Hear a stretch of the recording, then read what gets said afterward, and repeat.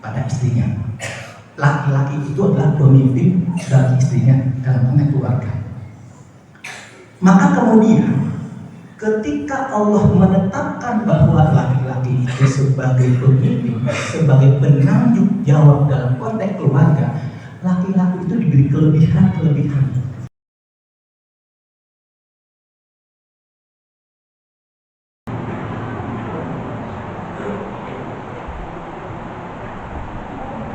Bismillahirrahmanirrahim. Assalamualaikum warahmatullahi wabarakatuh. Alhamdulillahilladzi arsala rasulahu bil-huda wa dinil haqq liyudhhirahu 'ala dini kullihi wa kafaa billahi shahida. Asyhadu an la ilaha illallah wahdahu la syarika lah wa asyhadu anna sayyidana Muhammadan 'abduhu wa rasuluhu la nabiyya ba'dah. Allahumma shalli wa sallim wa karrim wa 'azzim ala sayyidina wa habibina wa syafi'ina wa maulana Muhammadin wa ala alihi wa sahbihi ajma'in, amma ba'd. Qala Allah Ta'ala fi kitabihil karim, a'udzu billahi minasyaitonir rajim. Bismillahirrahmanirrahim. Ya ayyuhalladzina amanu kutiba 'alaikumus shiyamu kama kutiba 'alal ladzina min qablikum la'allakum tattaqun. Shadaqallahul 'azim. Bapak-bapak, ibu-ibu, hadirin jamaah Masjid Al-Kafi yang dimuliakan Allah Subhanahu wa Ta'ala.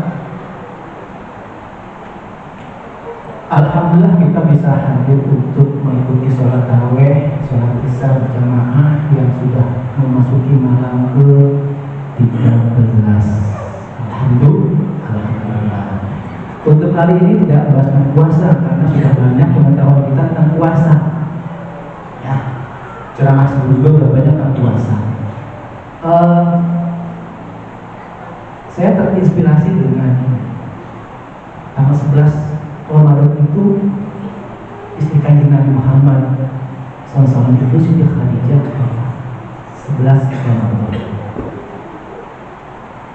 Terinspirasi dari itu kemudian kita ingin coba melihat sebenarnya bagaimana sih relasi antara suami istri dalam konteks rumah tangga. Ketika Khadijah wafat, Khadijah itu adalah Ummul Mukminin. Dan ini pasti akan menjadi teladan buat ibu-ibu. Bu, ibu cari teladan ke Siti Khadijah atau Desira Asaribu.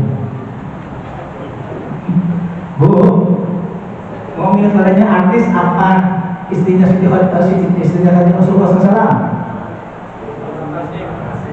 Orang ini pojokan okasi beda. Ya, teladan yang memang sungguh-sungguh teladan dunia akhirat itu adalah tentu pada Kanjeng Nabi Muhammad SAW, dan tentu keluarga inti yang kemudian menjadi teladan itu sendiri. Nah, biasanya kaum muslimah itu ya kepada Siti Khadijah, Siti Aisyah, dan seterusnya. Nah, bagaimana kemudian kita bisa memotret dalam Siti Khadijah sebagai sebuah teladan? Ini nanti bicara tentang relasi antara suami dengan istri. Sehingga kemudian kalau kita melihat fenomena belakangan ini umpamanya banyak wanita mendominasi laki-laki, betul kan?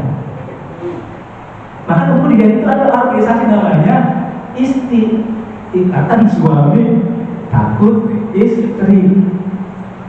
Ketika itu terjadi, ada salah peran di dalamnya.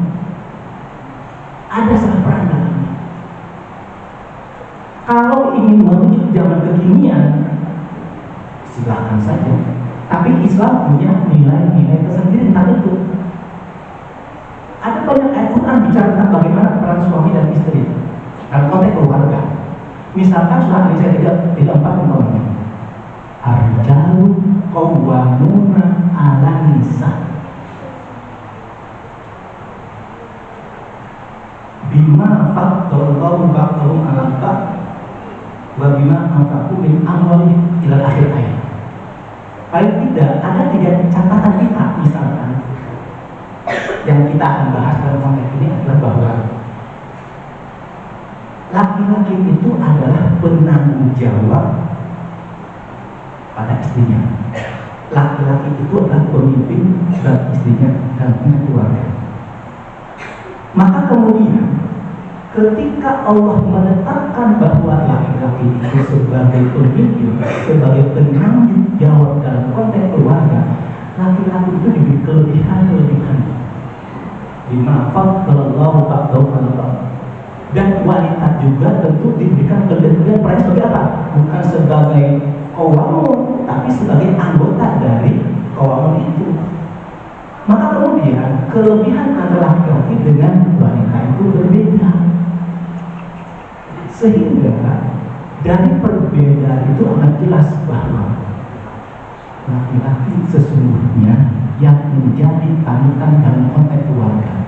Makanya ketika laki-laki menjadi pemimpin dalam konteks keluarga, itu akan diminta pertanggungjawabannya di hadapan Allah atas kepemimpinannya dalam keluarga. Kullukum ra'in. Apa yang sudah kita putus dalam konteks kepemimpinan itu akan diminta pertanggungjawabannya. Maka keridhaan istri itu ada pada suami. Keridhaan istri itu ada pada suami. Kalau suami tidak itu pada istrinya, karena itu hadis sekali.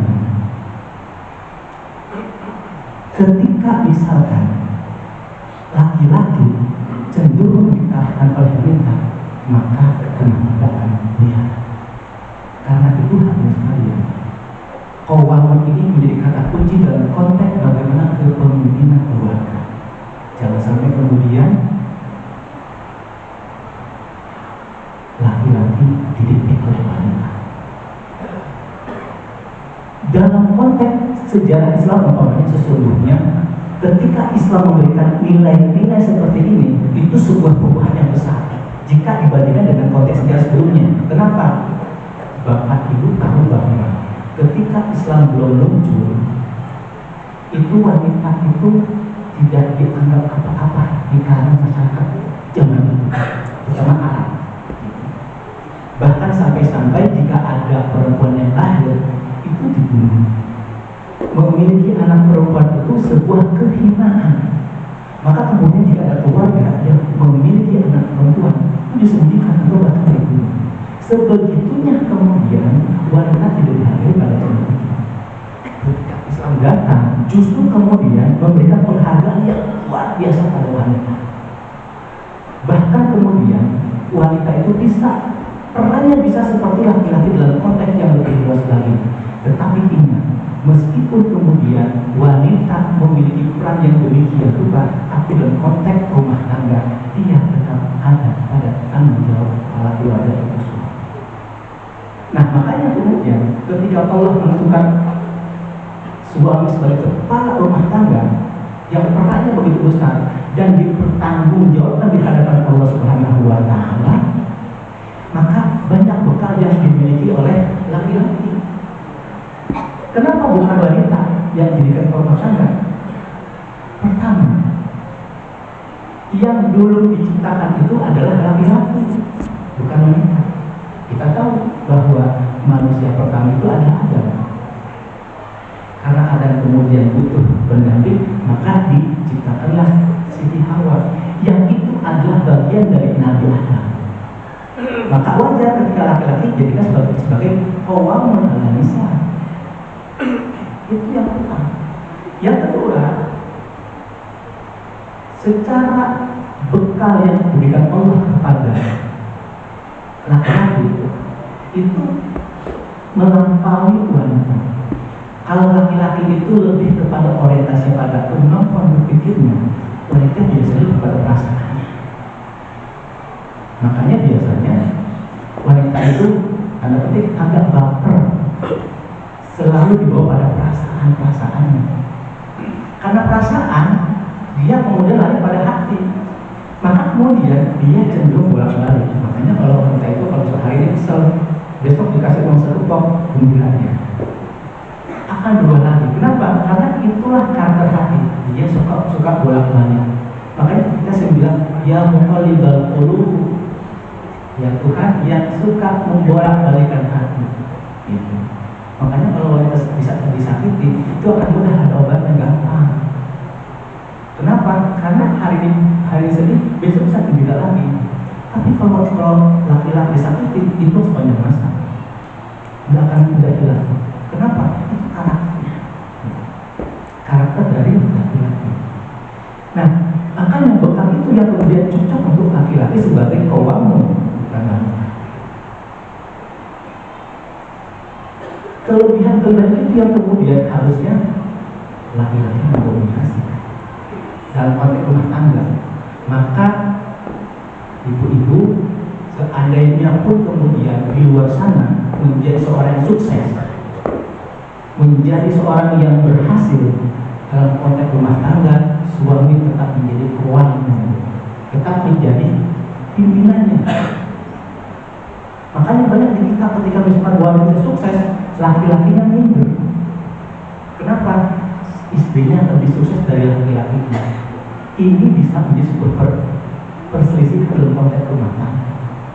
Maka ketika kita bisa menempatkan pada posisi itu, apapun kemudian yang diraih, maka tetap menunjukkan bahwa laki-laki akan menjadi pemimpin dalam konteks kepala rumah tangga tadi. Bapak Ibu hadirin sekalian, maka nilai-nilai ini adalah prinsip dasar yang mesti menjadi panutan, panduan dalam konteks relasi antara laki-laki dan wanita dalam konteks rumah tangga. Kenapa? Karena jika nilai-nilai ini diabaikan, yang terjadi adalah kehancuran dalam konteks rumah tangga.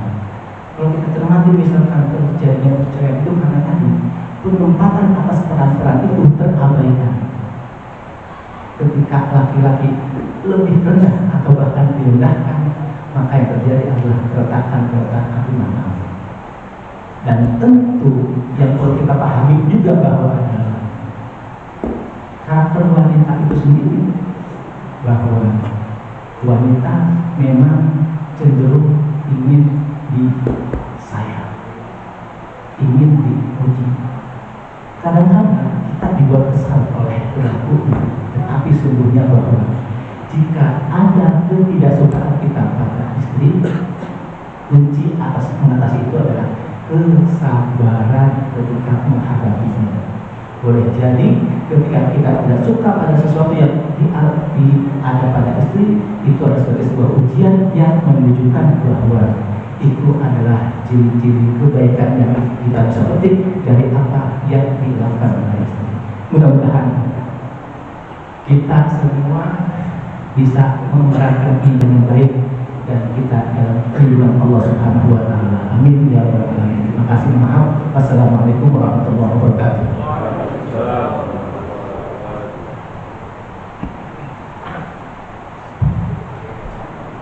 الصلاة سنة التراويح ركعتين جماعة